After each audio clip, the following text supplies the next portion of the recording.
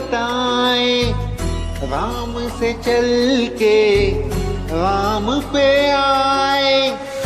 प्रेम कोई हम और न जाने, राम से रूठे राम से माने। राम सिया की करुण कहानी,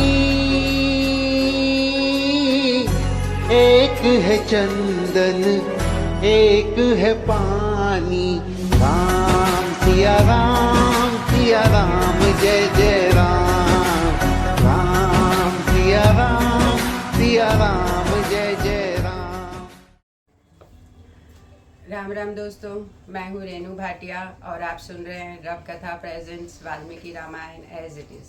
ये है 35th एपिसोड अयोध्या कांड भाग 22।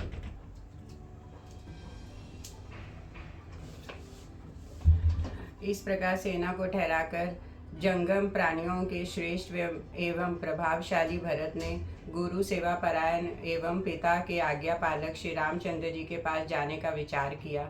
जब सारी सेना विनीत भाव से यथास्थान ठहर गई, तब भरत ने अपने भाई शत्रुघ्न से इस प्रकार कहा। सौम्य, बहुत से मनुष्यों के साथ इन निषाद को भी लेकर तुम शीघ्र ही इस वन में चारों ओर श्री रामचंद्र जी की खोज करनी चाहिए। निषाद राजगृह स्वयं भी धनुष बाण और तलवार धारण करने वाले अपने सहस्त्र बंधु बांधवों से घिरे हुए जाएं और इस वन में कुकुत्स वंशी श्री राम और लक्ष्मण का अन्वेषण करें। मैं स्वयं भी मंत्रियों, पूर्ववासियों, गुरुजनों तथा ब्राह्मणों के साथ उन सबसे घिरा रहकर पैदल ही सारे वन में विचरण करूंगा। जब तक श्री राम, महाबली लक्ष्मण अथवा महाभाग विदय राजकुमारी सीता न देख लूंगा, तब तक मुझे शांति नहीं मिलेगी। जब तक अपने पूज्य भ्राता श्री राम के कमल दल के सदृश्य विशाल नेत्रों वाले सुंदर मुख चंद्र का दर्शन न कर लूंगा, तब तक मैं अपने मन को शांत नहीं प्राप्ति होगी। निश्चय ही सुमित्रा कुमार लक्ष्मण कृतार्थ हो गए, जो श्री रामचंद्र जी के उस कमल दृश्य नेत्र वाले महातेजस्वी मुख का निरंतर दर्शन करते हैं, जो चंद्रमा के समान निर्मल और आह्लाद प्रदान करते हैं। जब तक भाई श्री राम के राजोचित लक्षण से युक्त चरना वंदनों को अपने सिर पर नहीं रखूंगा, तब तक मुझे शांति नहीं मिलेगी। जब तक राज्य के सच्चे अधिकारी आर्य श्री राम पिता पितामह के राज्य पर प्रतिष्ठित हो अभिषेक के जल से आर्द्र नहीं हो जाएंगे, तब तक मेरे मन को शांति नहीं प्राप्त होगी। जो समुद्र पर्यंत पृथ्वी के स्वामी अपने पतिदेव श्री रामचंद्र जी का अनुसरण करती हैं, वह जनक किशोरी विदय राजनंदिनी महाभाग सीता अपने इस सत्य कर्म से कृतार्थ हो गई।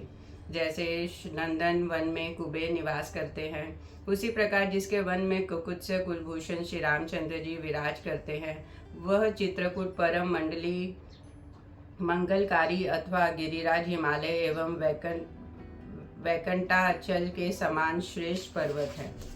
यह सेवित दुर्गम वन भी कृतार्थ हो गया, जहाँ शस्त्रधारियों में श्रेष्ठ महाराज श्री राम निवास करते हैं। ऐसा कहकर महातेजस्वी पुरुष प्रवर महाभाऊ भरत ने उस विशाल वन में पैदल ही प्रवेश किया।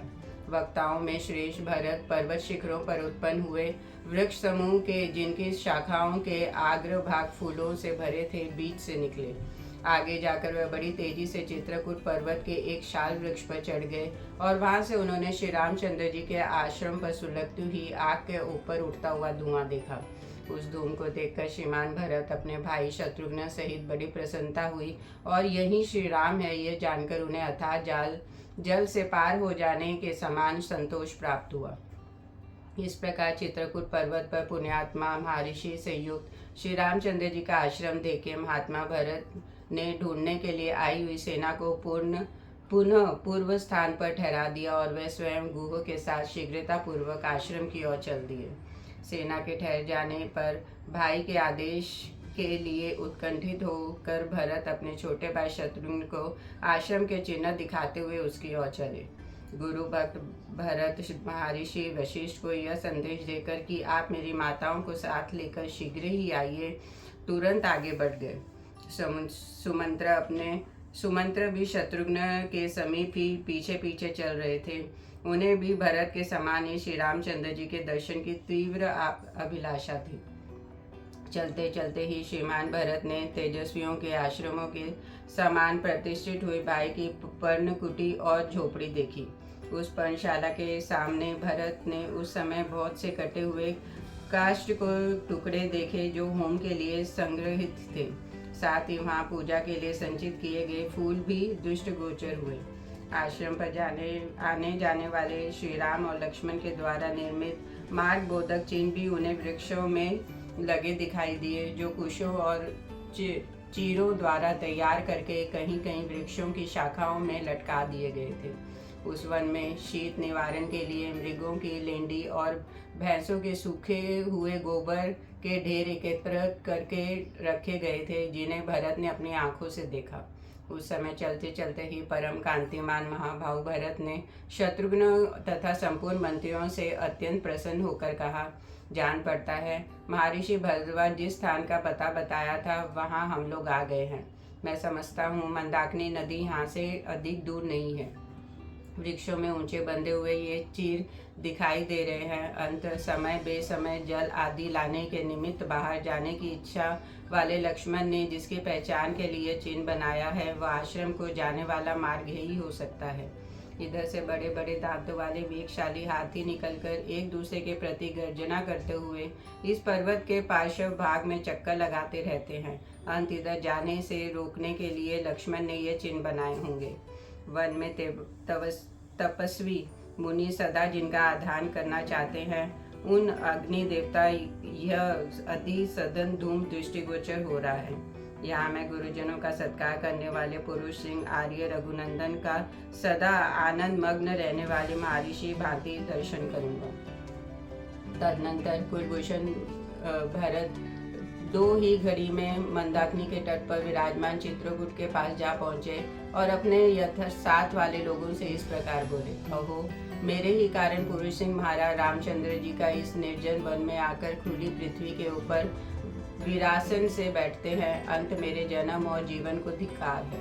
मेरे ही कारण महातेजस्वी लोकनाथ रघुनाथ भारी संकट में पड़कर समस्त कामनाओं को परित्याग करके वन में निवास करते हैं। इसलिए मैं सब लोगों के द्वारा निंदित हूँ। अंत मेरे जन्म को धिक्कार है। आज मैं श्री राम को प्रसन्न करने के लिए उनके चरणों में गिर जाऊंगा, सीता और लक्ष्मण के भी पैर पड़ूंगा। इस तरह विलाप करते हुए दशरथ कुमार भरत ने उस वन में एक बड़ी पर्णशाला देखी जो परम पवित्र और मनोरम थी। वह शाल ताल और आकर्षण नामक वृक्षों के बहुत से पत्तों द्वारा छाई हुई थी।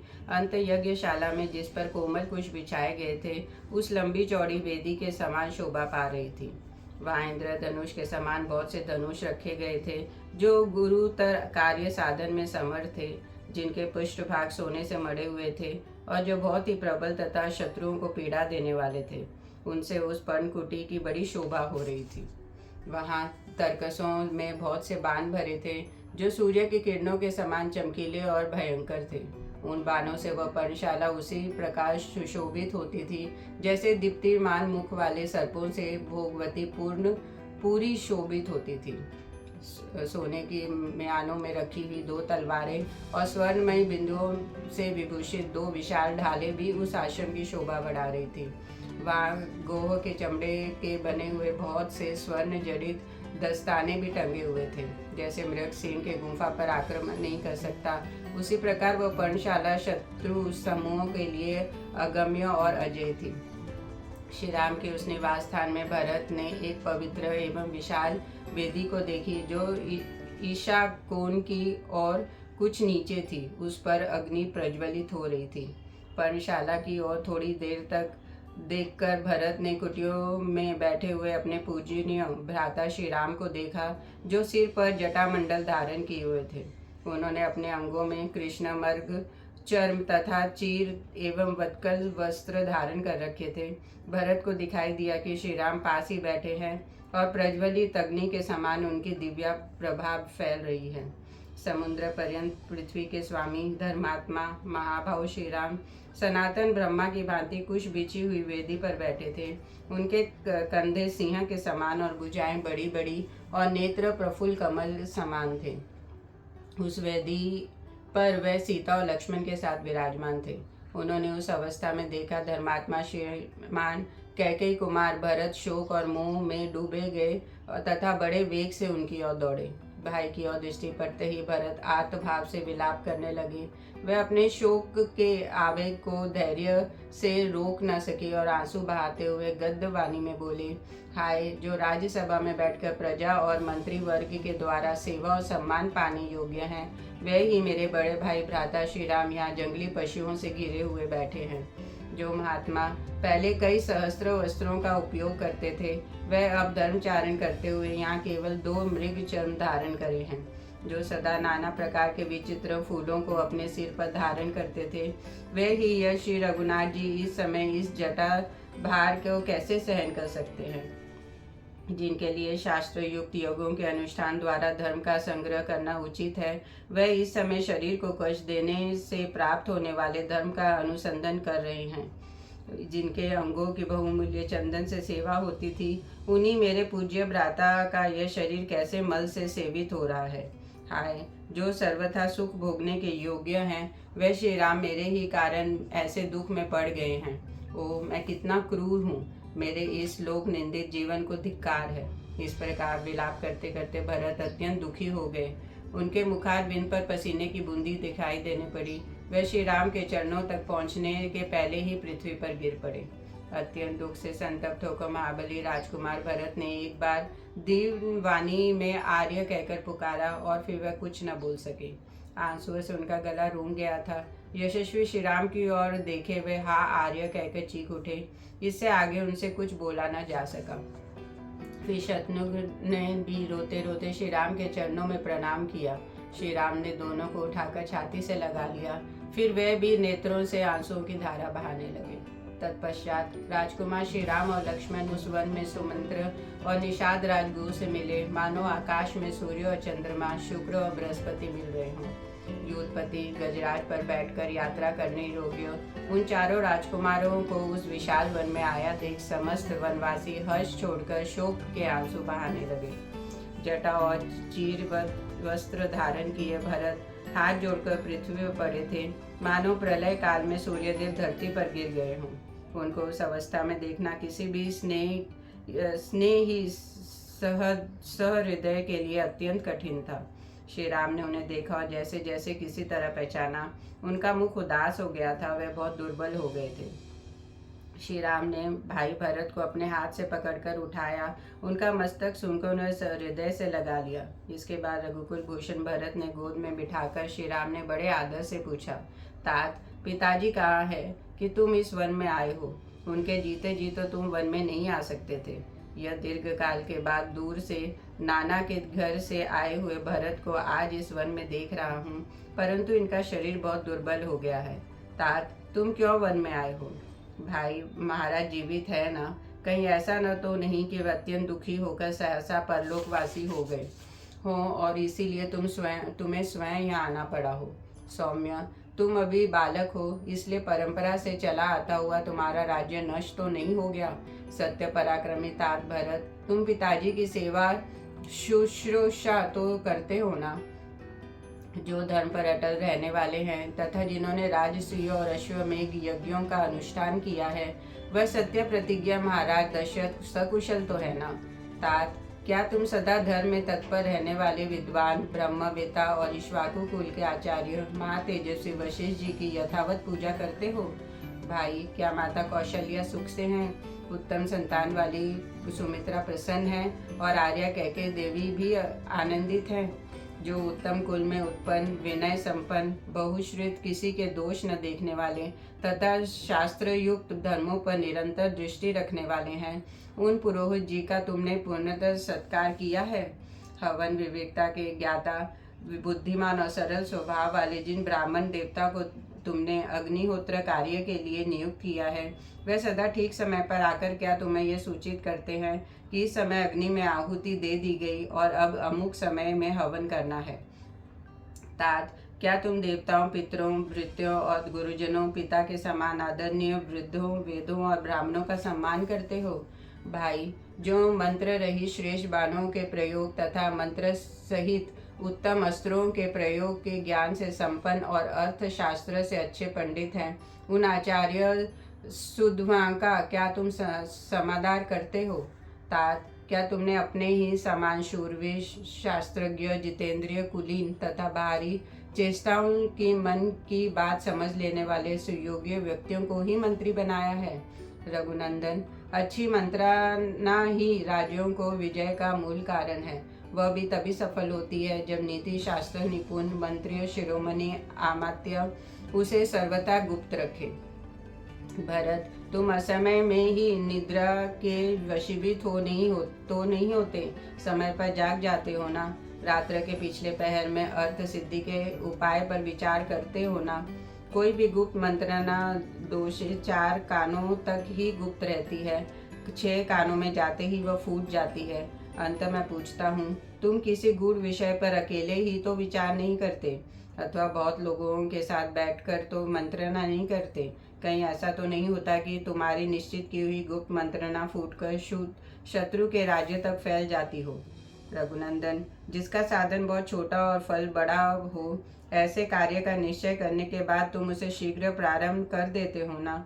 उसमें विलंब तो नहीं करते? तुम्हारे सब कार्य पूर्ण हो जाने पर अथवा पूरे होने के समय पहुंचने पर दूसरे राजाओं को ज्ञात होता तो है ना? कहीं ऐसा तो नहीं होता कि तुम्हारे भावी कार्यक्रम को वह पहले ही जान लेते हों? तात, तुम्हारे निश्चय किए हुए विचारों को तुम्हारे या मंत्रियों के प्रकट न करने पर भी दूसरे लोग तर्क और युक्तियों के द्वारा जान तो नहीं लेते ना? तथा तुमको और तुम्हारे अमात्यों को दूसरों के गुप्त विचारों का पता तो लगता है ना? क्या तुम शास्त्रों मूर्खों के बदले एक पंडित को ही अपने पास रखने की इच्छा रखते हो? क्योंकि विद्वान पुरुष अर्थ संकट के समय महान कल्याण कर सकता है। यदि राजा 1000 या 10,000 मूर्खों को अपने पास रख ले तो भी उनसे अवसर पर कोई अच्छी सहायता नहीं मिलती। यदि एक मंत्र भी मेधावी, शूरवीर, चतुर एवं नितज्ञ हो तो वह राजा या राजकुमार को बड़ी संपत्ति के प्राप्ति करा सकता है। तात, तुमने प्रधान व्यक्तियों को प्रधान, मध्यम श्रेणी के मनुष्यों को मध्यम और छोटी श्रेणी के लोगों को छोटे ही कामों में नियुक्त किया है ना? जो घूस न लेते हों अथवा निश्चल हों, बाप दादाओं के समय से ही काम करते आ रहे हों तथा बाहर भीतर से पवित्र एवं श्रेष्ठ हों, ऐसे अमात्यों को ही तुमने उत्तम कार्यों में नियुक्त किया है ना? कैकेयी कुमार, तुम्हारे राज्य की प्रजा कठोर दंड से अत्यंत उद्विग्न होकर तुम्हारे मंत्रियों का तिरस्कार तो नहीं करती?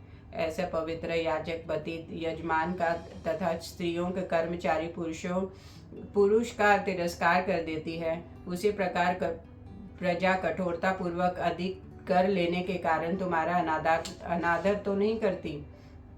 जो साम दाम आदि उपयोगों का प्रयोग में कुशल, राजनीति शास्त्र का विद्वान, विश्वासी, भृत्यों का फोड़ने में लगा हुआ, शूर, मरने न डरने वाला तथा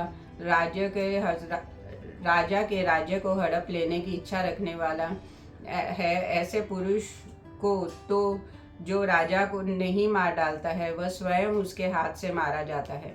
क्या तुम सदा संतुष्ट रहने वाले, शूरवीर, धैर्यवान, बुद्धिमान, पवित्र, कुलीन एवं अपने में अनुरोध रखने वाले रणकर्म दक्ष पुरुष को ही सेनापति बनाया है? तुम्हारे प्रधान योद्धा, बलवान, यदुकुशल और पराक्रमी तो है ना? क्या तुमने उनके शौर्य की परीक्षा ली थी तथा क्या वे तुम्हारे द्वारा सत्कार पूर्वक सम्मान पाते रहते हैं? सैनिकों को देने के लिए नियत किया गया समुचित वेतन और भत्ता तुम समय पर देते हो ना? देने में विलंब तो नहीं करते? यदि समय बिताकर भत्ता और वेतन दिए जाते हैं तो सैनिक अपने स्वामी पर अत्यंत कुपित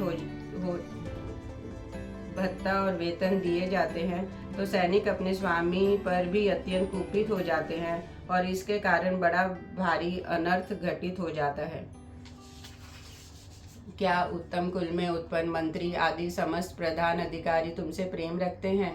क्या वे तुम्हारे लिए एकचित होकर अपने प्राणों को त्याग करने के लिए उगत रहते हैं? भरत, तुमने जिसे राजदूत के पद पर नियुक्त किया है वह पुरुष अपने ही देश का निवासी, विद्वान, कुशल, प्रभावशाली तथा जैसे कहा जाए वैसे ही बात दूसरे के सामने कहने वाला एवं सहस विवेक युक्त है ना? क्या तुम शत्रु पक्ष के 18 और अपने पक्ष के 15 तीर्थों के 3-3 अज्ञात गुप्तचरों द्वारा देखभाल व जांच पड़ताल करते रहते हो? शत्रुसूदन, जिस शत्रुओं को तुमने राज्य से निकाल दिया है वे यदि फिर लौट कर आते हैं तो तुम उन्हें दुर्बल समझकर उनकी अपेक्षा तो नहीं करते। तात, तुम कभी नास्तिक ब्राह्मणों का संग तो नहीं करते हो, क्योंकि वे बुद्धि को परमार्थ की ओर से विचलित करने में कुशल होते हैं तथा वास्तव में अज्ञानी होते हुए भी अपने को बड़ा पंडित मानते हैं। उनका ज्ञान वेद के विरुद्ध होने के कारण दूषित होता है। अब वे प्रमाणभूत प्रधान धर्मशास्त्र के होते हुए भी तार्किक बुद्धि आश्रय लेके व्यर्थ बकवाद किया करते हैं। तात, अयोध्या तुम्हारे वीर पूर्वजों की निवास भूमि है। जैसे उसका नाम है वैसा ही गुण है। उसके दरवाजे सब ओर से सुदृढ़ हैं। वह हाथी, घोड़े और रथों से परिपूर्ण है। अपने अपने कर्मों में लगे हुए ब्राह्मण, क्षत्रिय एवं वैश्य शस्त्रों की संख्या में सदा संपन्न निवास करते हैं। वे सबके सब महान, उत्साही, जितेंद्रिय और श्रेष्ठ हैं। नाना प्रकार के राजभवन और मंदिर उनकी शोभा बढ़ाते हैं। वह नगरी बहुसंख्यक विद्वानों से भरी है। ऐसी अबुद्धशील और समृद्धिशालिनी नगरी अयोध्या की तुम भली भांति रक्षा तो करते हो ना। रघुनंदन भरत, जहाँ नाना प्रकार के अश्वमेध आदि महायज्ञों के बहुत से चयन प्रदेश शोभा पाते हैं, जिसमें प्रतिष्ठित मनुष्य अधिक संख्या में निवास करते हैं, अनेकों अनेक देवस्थान, कौंसले और तालाब जिनकी शोभा बढ़ाते हैं, जहाँ के स्त्री पुरुष सदा प्रसन्न रहते हैं, जो सामाजिक उत्सवों के कारण सदा शोभा संपन्न दिखाई देते हैं, जहाँ खेत जोतने में समर्थ पशुओं की अधिकता है, जहाँ किसी प्रकार की हिंसा नहीं होती, जहाँ खेती के लिए वर्षा के जल पर निर्भर नहीं रहना पड़ता, जो बहुत से सुंदर और हिंसक पक्षियों से रहित है, जहाँ किसी तरह का भय नहीं है, नाना प्रकार की खाने जिनकी शोभा बढ़ाती है, जहाँ पापी मनुष्य का सर्वथा अभाव है, तथा हमारे पूर्वजों ने जिसकी भली भांति रक्षा की है, वह अपना कौशल देश धन धान्य से संपन्न और सुखपूर्वक बसा हुआ तो है ना। तात, कृषि और गो रक्षा से आजीविका का चलाने वाले सभी वैश्य तुम्हारे प्रीति पात्र तो है ना, क्योंकि कृषि और व्यापार आदि में संलग्न रहने पर ही यह लोक सुखी और उन्नतिशील होता है। उन वैश्यों को इष्ट की प्राप्ति कराकर और उनके अनिष्ट का निवारण करके तुम उन सब लोगों का भरण पोषण तो करते हो ना, क्योंकि राजा को अपने राज्य में निवास करने वाले सब लोगों का धर्मानुसार पालन करना चाहिए। क्या तुम अपनी स्त्रियों को संतुष्ट रखते हो? क्या वे तुम्हारे द्वारा भली भांति सुरक्षित रहती है? तुम उन पर अधिक विश्वास तो नहीं करते, उन्हें अपनी गुप्त बात तो नहीं कह देते? जहाँ हाथी उत्पन्न होते हैं वह जंगल तुम्हारे द्वारा सुरक्षित तो है ना? तुम्हारे पास दूध देने वाली गैयां तो अधिक संख्या में है ना? अथवा हाथियों को फंसाने वाले हथनियों की तो तुम्हारे पास कमी नहीं है? तुम्हें हथनियों और घोड़े और हाथियों के संग्रह से कभी तृप्ति तो नहीं होती?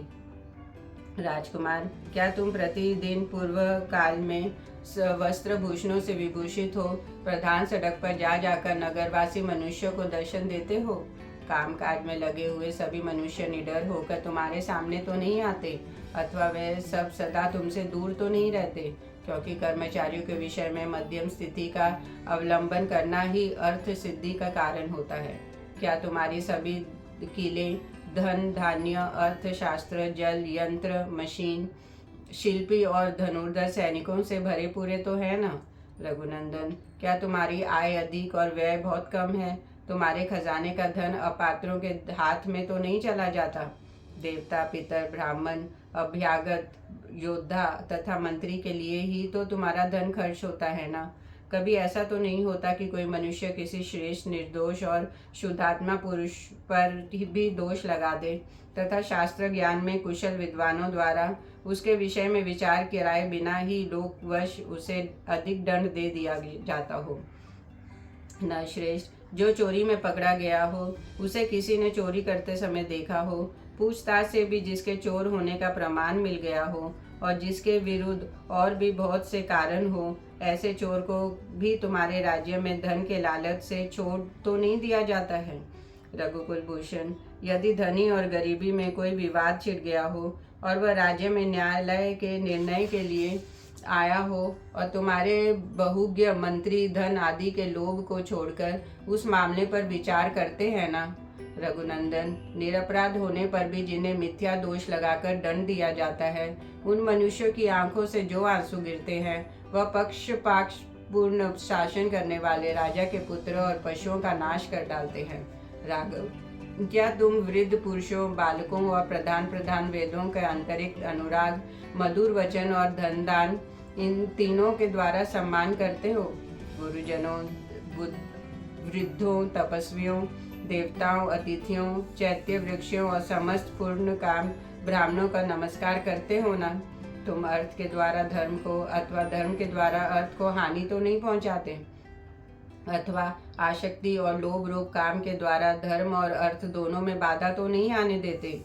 विजय वीरों में श्रेष्ठ, समयोचित कर्तव्य के ज्ञाता तथा दूसरों को वर देने में समर्थ भरत, क्या तुम समय का विभाग करके धर्म, अर्थ और काम का योग्य समय में सेवन करते हो? महाप्राज्ञ, संपूर्ण शास्त्र के अर्थ को जानने वाले ब्राह्मण, पूर्ववासी और जनपदवासी मनुष्यों के साथ तुम्हारा कल्याण की कामना करते हो ना? नास्तिकता, असत्य भाषण, क्रोध, प्रसाद, दीर्घ सूत्रता, ज्ञानी पुरुषों का संग न करना, आलस्य, नेत्र आदि पांचों इंद्रियों के वशीभूत होना, राजकार्यों के विषय में अकेले ही विचार करना, प्रयोजनों को न समझने वाले विपरीत दिशा मूर्खों की सलाह लेना, निश्चय किए हुए कार्यों का शीघ्र प्रारंभ न करना, गुप्त मंत्रणों को सुरक्षित न रखकर प्रकट कर देना, मांगलिक आदि कार्यों का अनुष्ठान न करना तथा शत्रुओं पर एक साथ चढ़ाई कर देना, यह राजा के 14 दोष है कि तुम उन दोषों का सदा परित्याग करते हो ना? महाप्राज्ञ भरत, 10 वर्ग, पंचवर्ग, चतुर्वर्ग, सप्तवर्ग, अष्टवर्ग, चित्र त्रिवर्ग, 3 विद्या बुद्धि के द्वारा इंद्रियों को जीतना, 6 गुण देवी और मानुषी बाधाएं, राजा के नीतिपूर्ण कार्य, वंशतिग वर्ग, प्रकृति मंडल, यात्रा, दंड विधान तथा 2 गुणों के योनिभूत संद और विग्रह, इन सबकी ओर तुम यथार्थ रूप से ध्यान देते हो ना? इनमें से त्यागने योग्य दोषों को त्याग कर ग्रहण करने योग्य गुणों को ग्रहण करते हो ना? विद्वान, क्या तुम नीति शास्त्र की आज्ञा के अनुसार 4 और 3 मंत्रियों के साथ सबको एकत्रित करके अथवा सबको अलग अलग मिलकर सलाह करते हो ना? क्या तुम वेदों की आज्ञा के अनुसार काम करके उन्हें सफल करते हो? क्या तुम्हारी क्रियाएं सफल हैं? क्या तुम्हारी स्त्रियां भी सफल संतानवती हैं? और क्या तुम्हारे शास्त्र ज्ञान भी विनय आदि गुणों का उत्पादक होकर सफल हुआ है?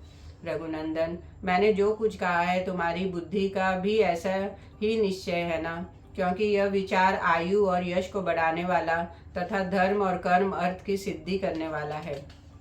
हमारे पिताजी जिस वृत्ति का आश्रय लेते हैं, हमारे प्रपितामह ने जिन आचरण का पालन किया है, सत्य पुरुष भी जिसके सेवन करता है और जो कल्याण का मूल है, उसी का तुम पालन करते हो ना? रघुनंदन, तुम स्वादिष्ट क्षण अकेले ही तो नहीं खाते, उसकी आशा रखने वाले मित्रों को भी देते हो ना? इस प्रकार धर्म के अनुसार दंड धारण करने वाले विद्वान राजा प्रजाओं का पालन करके समूची पृथ्वी का यथा स्वरूप अपने अधिकार में कर लेता है तथा देह त्याग करने के पश्चात स्वर्ग लोक में जाता है। लक्ष्मण सहित श्री रामचंद्र जी ने अपने गुरु भक्त भाई भरत को अच्छी तरह समझाकर अथवा उन्हें अपने में अनुरक्त जानकर उनसे इस प्रकार पूछना आरंभ किया।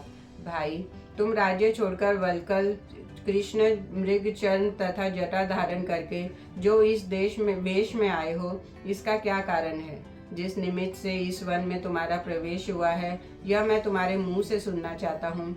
तुम्हें सब कुछ साफ साफ बताना चाहिए। ककुत्स वंशी महात्मा श्री रामचंद्र जी के इस प्रकार पूछने पर भरत ने बलपूर्वक आंतरिक शब्दों को दबा पुनः हाथ जोड़कर इस प्रकार कहा। आर्य, हमारे माँ बाप पिता अत्यंत दुष्कर्म करके पुत्र शोक से पीड़ित हो हमें छोड़कर स्वर्ग लोक को चले गए। शत्रुओं को संताप देने वाले रघुनंदन, अपनी स्त्री एवं मेरी माता कैकेयी की प्रेरणा से ही विवश हो पिताजी ने ऐसा कठोर कार्य किया था।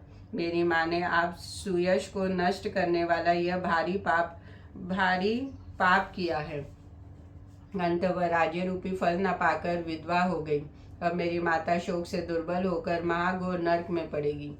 अब आप अपने दास स्वरूप मुझ भरत को कृपा कीजिए और इंद्र की भांति आज ही राज्य ग्रहण करने के लिए अपना अभिषेक कराइए। ये सारी प्रकृतियाँ प्रजा आदि और सभी विधवाएं माताएं आपके पास आई हैं। आप इन सब पर कृपा करें। दूसरों को मान देने वाले रघुवीर, आप ज्येष्ठ होने के नाते राज्य प्राप्ति के क्रमिक अधिकार से युक्त हैं। अत्यंत न्यायतः आपको ही राज्य मिलना उचित है। अंततः आप धर्मानुसार राज्य ग्रहण करें और अपने सहृदय को सफल मनोरथ बनावें। आप जैसे पति से युक्त हो यह सारी वसुधा वैद विहरित हो जाए और निर्मल चंद्रमा के से सनात हुई शरत काल की रात्रि के समान शोभा पाने लगे। मैं इन समस्त सचिवों के साथ आपके चरणों में मस्तक रखकर यह याचना करता हूँ कि आप राज्य ग्रहण करें। मैं आपका भाई शिष्य और दास हूँ, आप मुझ पर कृपा करें। पुरुष सिंह, यह सारा मंत्रिमंडल अपने यहाँ कुल परंपरा से चला आ रहा है। यह सभी सचिव पिताजी के समय में भी था। हम सदा से इसका सम्मान करते आए हैं। अंत आप इनकी प्रार्थना न ठुकराएं।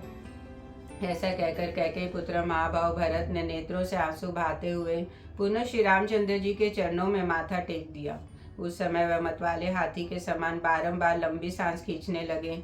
जब श्री राम ने भाई भरत को उठाकर हृदय से लगा लिया और इस प्रकार कहा, भाई तुम ही बताओ, उत्तम कुल में उत्पन्न सत्व गुण संपन्न तेजस्वी और श्रेष्ठ व्रतों को पालन करने वाले मेरे जैसा मनुष्य राज्य के लिए पिता की आज्ञा का उल्लंघन रूप पाप कैसे कर सकता है। शत्रुसूदन, मैं तुम्हारे अंदर थोड़ा सा भी दोष नहीं देखता। अज्ञानवश तुम्हें अपने माता की भी निंदा नहीं करना चाहिए। निष्पाश महाप्राज्ञ, गुरुजनों का अपना अभीष्ट स्त्रियां और प्रिय पुत्रों पर सदा पूर्ण अधिकार होता है। वह उन्हें चाहे जैसी आज्ञा दे सकते हैं। सौम्य, माताओं सहित हम भी इस लोक में श्रेष्ठ पुरुषों द्वारा महाराज के स्त्री पुत्र और शिष्य कहे गए हैं। अंत हमें भी उनको सब तरह की आज्ञा देने का अधिकार है। इस बात को तुम भी समझने योग्य हो। सौम्य, महाराज मुझे वत्कल वस्त्र और मृग चर्म धारण करके वन में ठहरावे अथवा राज्य पर बिठावे, इन दोनों बातों के लिए वे सर्वथा समर्थ थे। धर्मज्ञ, धर्मावत में श्रेष्ठ भरत, मनुष्य के विश्व वंदा पिता में जिनकी गौरव वृद्धि होती है, उतना ही माता में भी होनी चाहिए। रघुनंदन, इन धर्मशील माता और पिता दोनों ने जब मुझे वन में जाने की आज्ञा दे दी है, तब मैं उनकी आज्ञा के विपरीत दूसरा कोई बर्ताव कैसे कर सकता हूँ। तुम्हें अयोध्या में रहकर समस्त जगत के लिए आदरणीय राज्य प्राप्त करने चाहिए और मुझे वल्कल धारण करके दंडकारण्य में रहना चाहिए, क्योंकि महाराज दशरथ बहुत लोगों के सामने हम दोनों के लिए इस प्रकार पृथक पृथक 2 आज्ञाएं देकर स्वर्ग को सिधारे हैं। इस विषय में लोग गुरु धर्मात्मा राजा ही तुम्हारे लिए प्रमाणभूत है। उन्हीं की आज्ञा से तुम्हें माननी चाहिए और पिता ने तुम्हारे हिस्से में जो कुछ दिया है उसी का तुम्हें यथावत रूप से उपयोग करना चाहिए। सौम्य, 14 वर्ष तक दंडकारण्य में रहने के बाद ही महात्मा पिता के दिए हुए राज्य भाग का मैं उपयोग करूंगा।